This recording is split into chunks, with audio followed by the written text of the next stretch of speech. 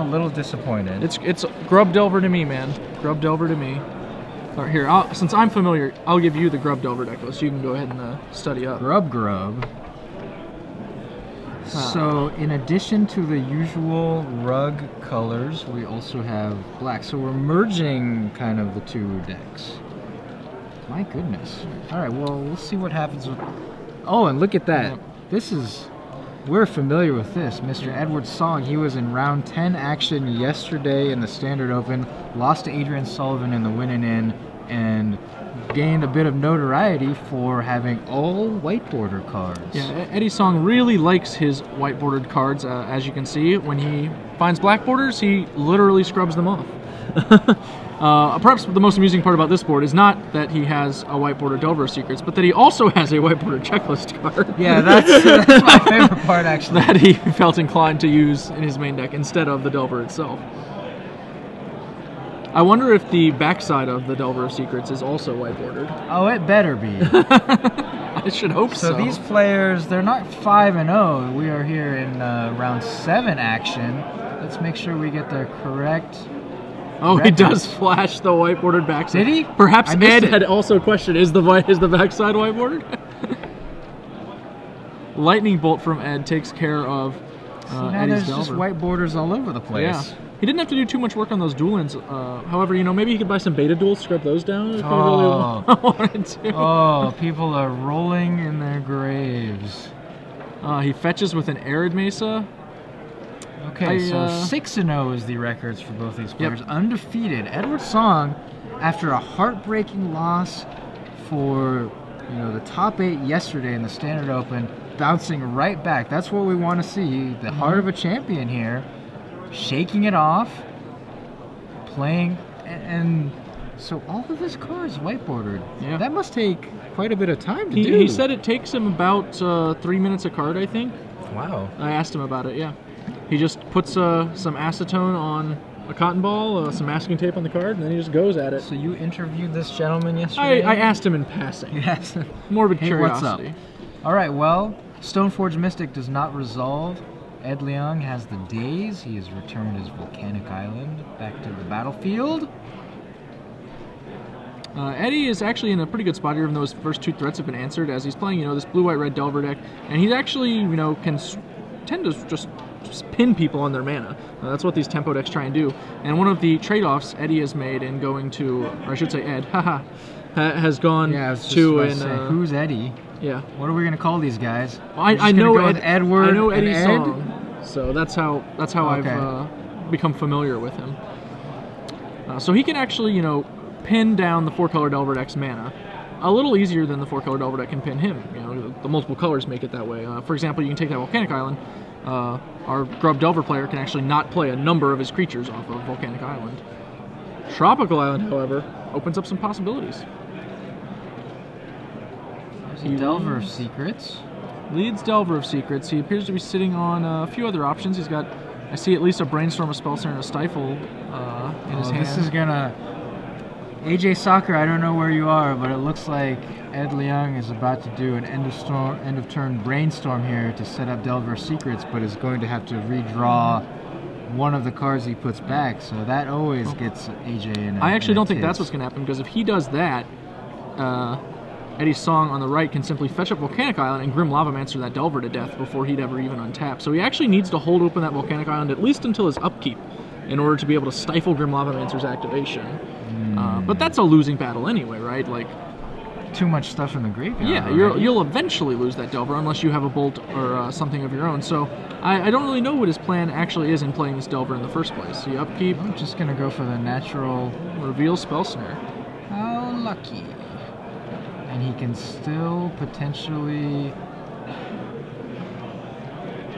get rid of that Spell Snare. Flipping to Insectile Aberration, a 3/2 flyer. You certainly know about the fly, right? I do. I'm familiar. I mentioned the fly, and he was like, what is that? I don't know. Okay, so he does go for the Stifle. Oh, he goes with Stifle on the Stifle on the fetch land when Eddie goes for the Grim. Correct waiting on that fetch land for Eddie. No need to run the Stifle out on your own turn. Cost Ed Leung his mana during his upkeep. So he Force of Wills the Stifle. That's going to get dazed. Pays. Song pays.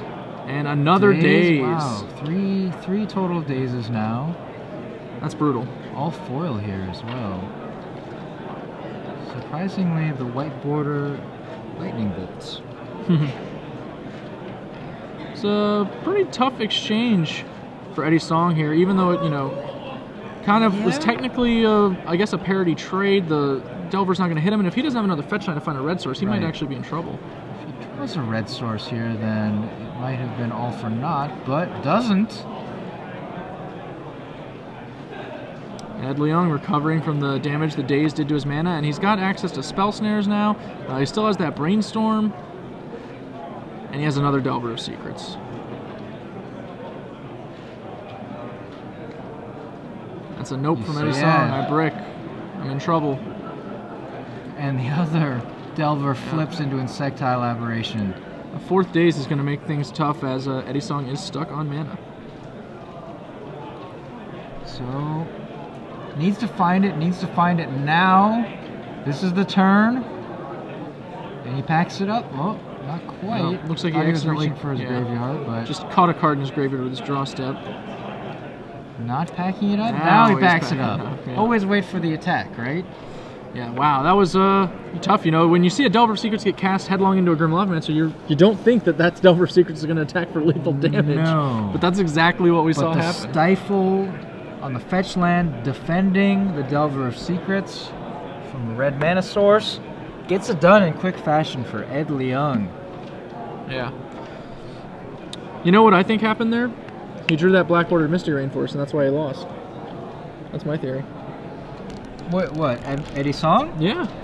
So he did not white border all of his cards. Yeah, he's got one.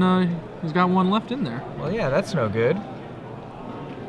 He should side that out. That's what actually should happen. I don't think he can do that. He needs all of his lands.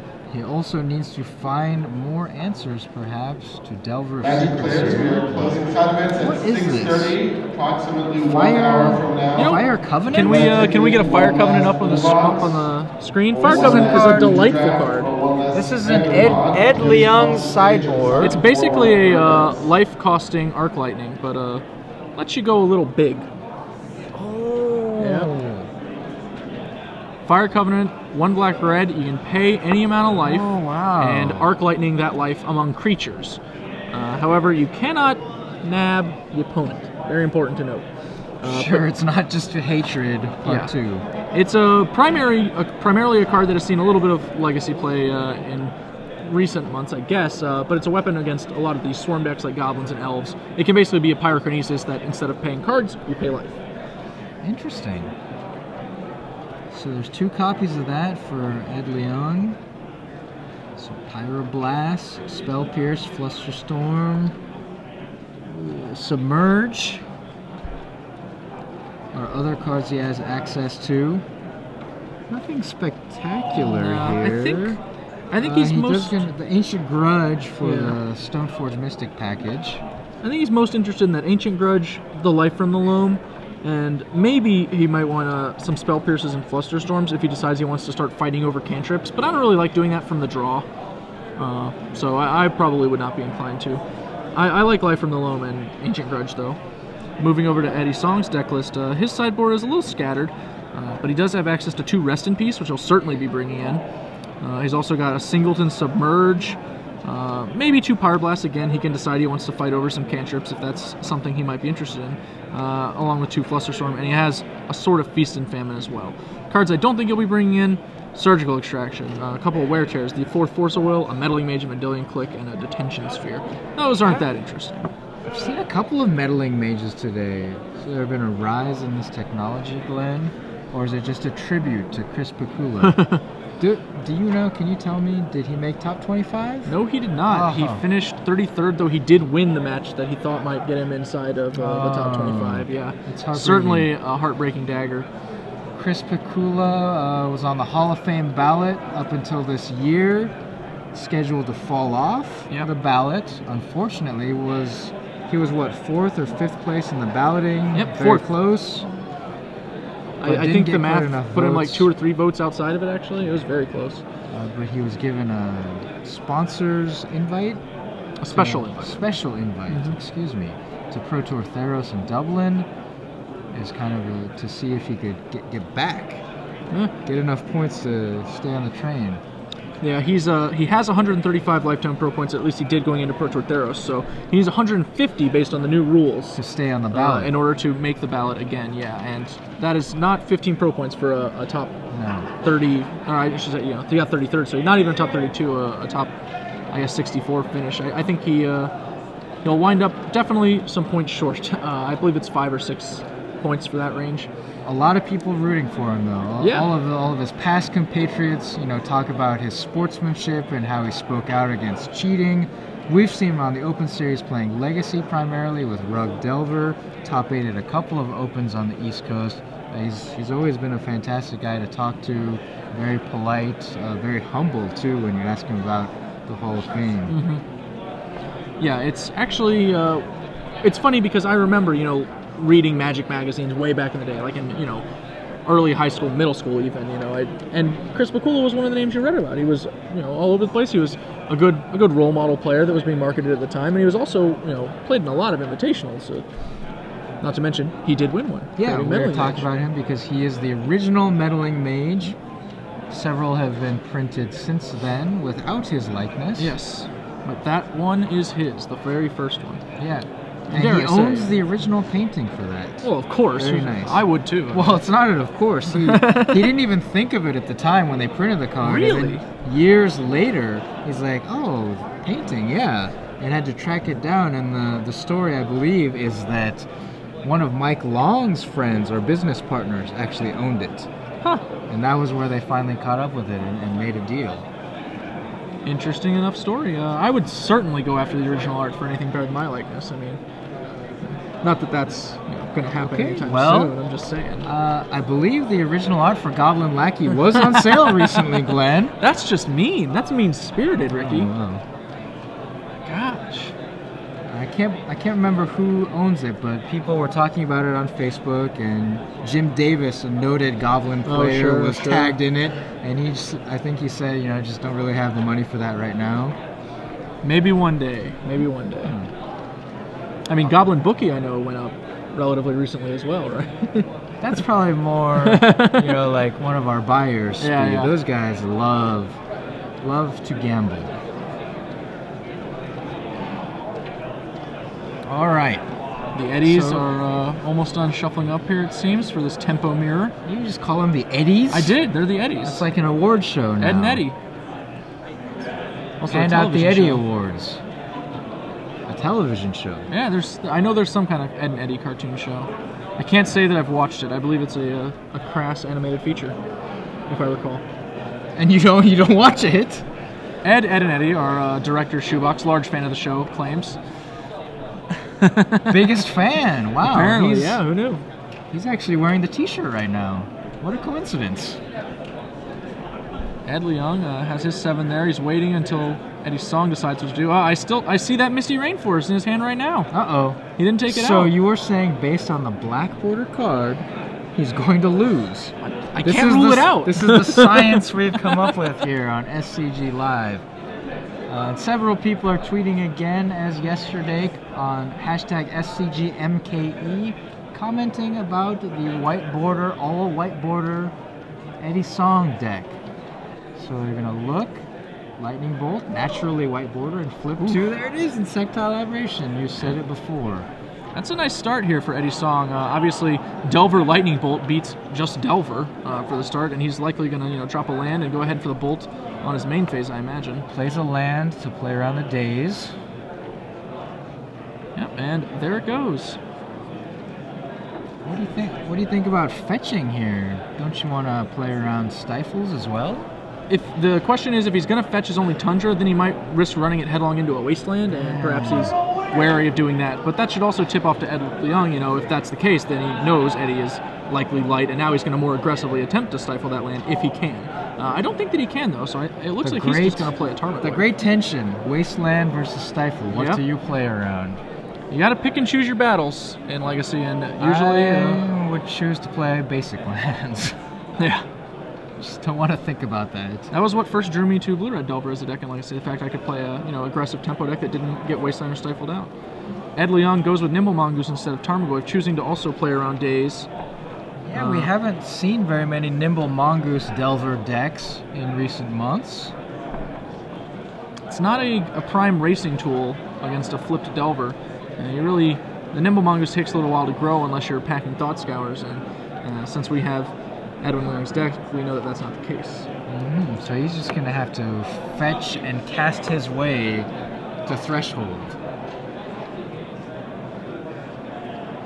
Song is going to think about it and now attacks for 3. Ooh, look at that. Therese Nielsen, those Mongeese eating some kind of cobra, giant cobra snake. Cobra Kai. Eddie Song plays another fetch land. Now I might be inclined to perhaps consider fetching during Ed Leung's upkeep. Yeah, in the upkeep. It looks like he actually has a pretty mana-heavy hand, though, so I'm kind of curious what to have. I see at least one more land, if not 2. He's going to ponder. Can't really see what he's making the decision between. I thought I might have seen a Stoneforge Mystic, but not really sure. When you talk to Eddie Song, did you ask him about Commander? Does he play that format and white border all his cards on that? Oh, I hope he does. Yeah. I hope that he does. I mean, some people will just storm out of the room in frustration. Can you imagine white bordering like Shardless Agents? That would be sweet.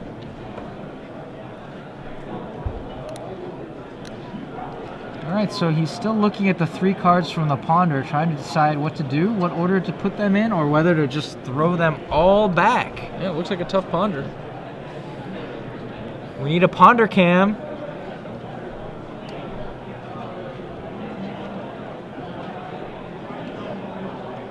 Puts him back. Oh, wait. Not quite. Decides. Double checking here. Ed Leung on the, can you kind of make up your mind here now? I would be on the, I need you to make a play. Your role at the table is usually a little different from most. Yeah. I mean, like even when I'm the opponent, when I'm playing Magic, I don't use like the judge voice or the judge terms. I'll just be like, come on, man. Yeah. Well, let's go. I prefer the passive-aggressive, sigh. Really? Nimble Mongoose in for 1. First blood on Eddie Song. Goes for an abrupt decay on Insectile Aberration. Hey. That's going to resolve. Yeah. Can't counter it. Well, Foil can't counter it with a defeats spell or ability. Yeah. Could lightning bolt your own Insectile Aberration. Game rules. Game rules. Game rules. You know what can't be countered by game rules?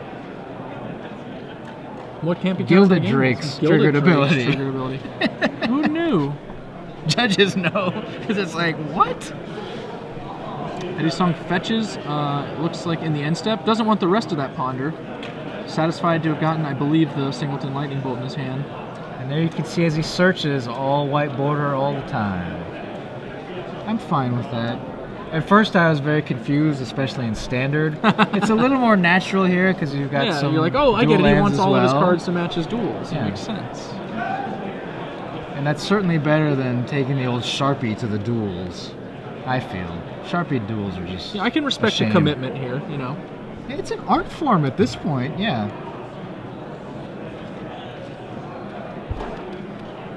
Eddie Song admits he does get some weird looks sometimes when playing I'm sure these he events. gets some judge calls too, like, are these real Magic cards? What is this? I'm sure he's had 1 or 2 in his day. I was saying yesterday, if I were going to do something like this, I would go for like the gold or silver border, try to match the color of unhinged cards or the World Champion cards, and that would really get people, right? Yeah, that's ambitious. Then they'd be really confused. Looks like he has a Geist of St. Traft. That's a pretty good card. If he can resolve it, it's a major, major threat. Well, he can survive against 1 daze here. Yeah, he can beat 1 daze. He can't beat a Force So he's going to fetch both. Do you have a Stifle? No. So now Ed Leung needs a force of will or 2 dazes to stop what is most likely going to be the Geist of St. Traft being cast here. Yeah, I know that he has a force of will. I can't guarantee that he has a blue card, though. So I imagine he does. They're alive. So.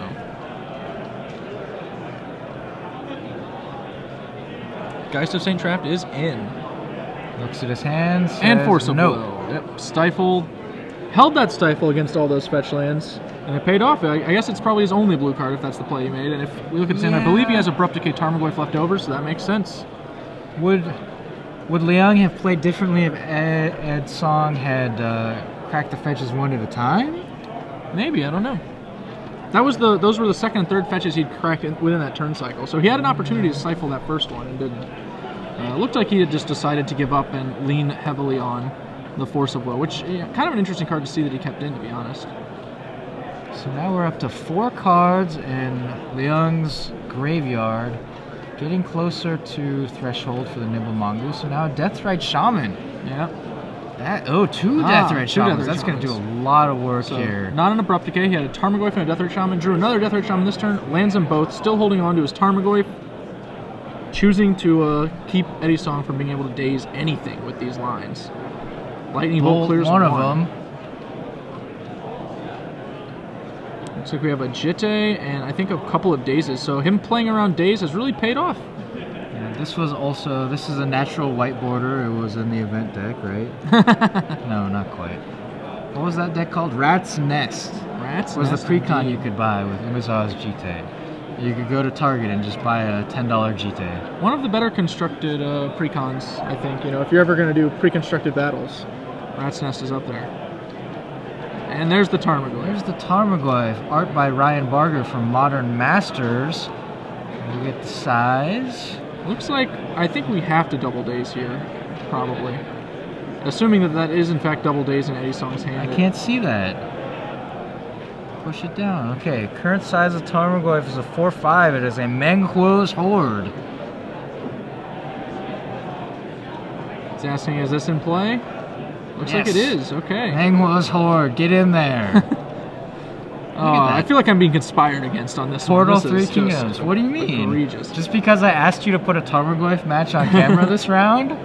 This is completely... Me and Shoebox are in sync. Alright, well... Stifle on Stoneforge Mystics. Enter the battlefield ability. Stifle a nice draw here. And yeah, double daze does get... Well, that's my bet. Actually, double daze on the Tarmogoyf obviously it wouldn't have worked last turn because that Deathrite Shaman had gone active. So that was my error. But he does get to double daze now, as Stifle costs a mana.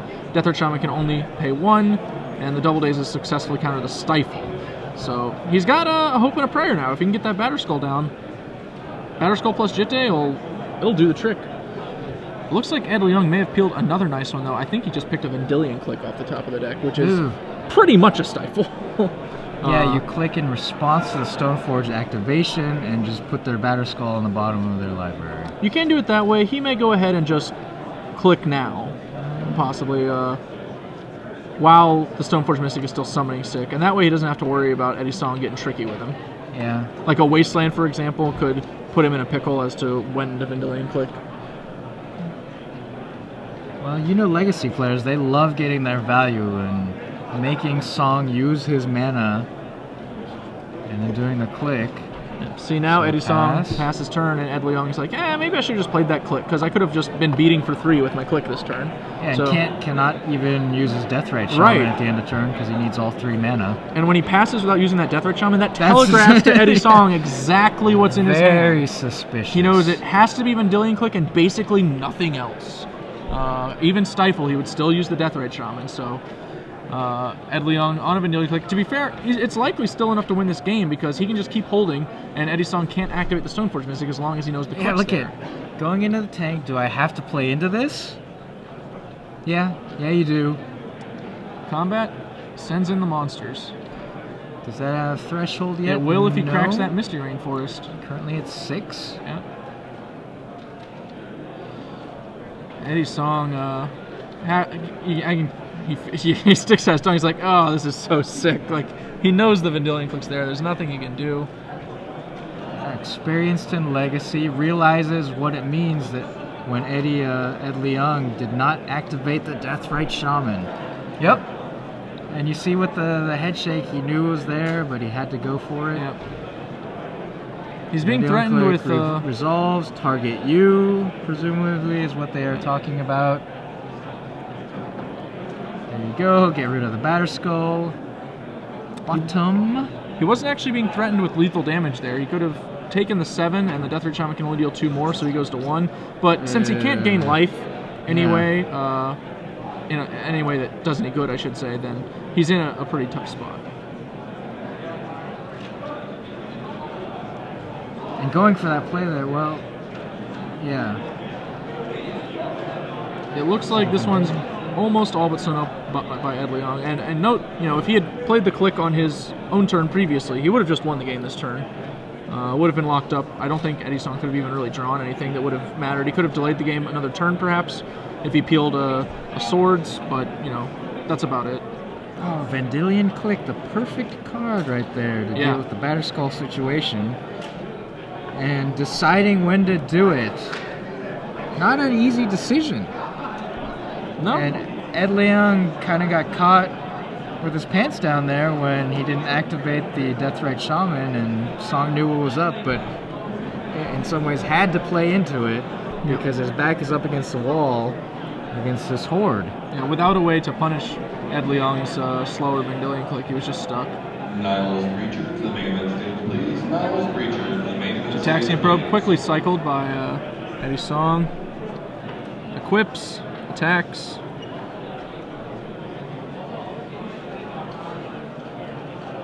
I think we're short of a life total update at the moment, as yeah, Ed should have taken Eddie 7 Song should off be that at attack. 7, yeah, should have taken 7, yeah, and be at 3. And he's now attacking with his Stoneforge Mystic. So you activate him, Deathrite, exile, Lightning Bolt. You lose 2 life. Yep, that go puts to 1. 1. Dead to anything. Yeah, dead to everything. Dead to everything. Oh, he stifles the Deathrite Shaman. All right, so he's still at 3.